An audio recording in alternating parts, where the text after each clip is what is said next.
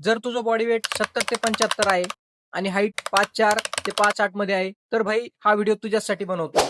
Save करून follow करून घे. हे बघ भावा, या टाइमला नक्की तुझं पोट बाहेर आलेलं असेल, चेस्ट थोडी फ्लॅट असेल किंवा लटकलेली असेल आणि हातावर पण फॅट आलेला असेल. पण ज्यावेळेस तू जिम करत असशील त्यावेळेस थोडाफार पंप येत असेल आणि बिना कपड्याची बॉडी एकदम थुळथुळी वाटत असेल. आता चल तुला सगळं एक्सप्लेन करतो. आता तू जर कमी खाशील तर मसल बिल्ड नाही होणार आणि जास्त खाशील तर बॉडीवर फॅट येऊन जाईल. तर तुझी दिवसाची जी कॅलरी रिक्वायरमेंट असेल ती असेल 2300 ते 2600 आणि प्रोटीन असेल 130 ग्रॅम ते 140 ग्रॅम. जर तू जिमला मॉर्निंगला जात असशील तर मील नंबर 1 असेल प्री वर्कआउट, जे की तू घेशील वर्कआउटच्या 30 मिनिट अगोदर. 1 टेबल स्पून हनी, नॉर्मल मीठ आणि 1 ग्लास पाणी.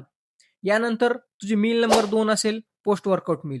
प्रोटीनसाठी 2 ऑप्शन सांगतोय, त्यातून एक घे. 6 एग व्हाईट्स घे आणि 2 होल एग घे. जर अंडे नसशील खात तर 150 ग्रॅम पनीर घे आणि यासोबत 1 ग्लास दूध आणि 2 ब्रेड. मील नंबर 3 असेल तुझं दुपारचं जेवण. यामध्ये असेल तुझं 70 ग्रॅम राईस. जर तू नॉनव्हेज खात असशील तर 100 ग्रॅम दही घे. जर तू व्हेज असशील तर 150 ग्रॅम दही घे. जर तू नॉनव्हेज आहे तर 220 ग्रॅम चिकन घे आणि जर तू व्हेज आहे तर 90 ग्रॅम राजमा किंवा छोले.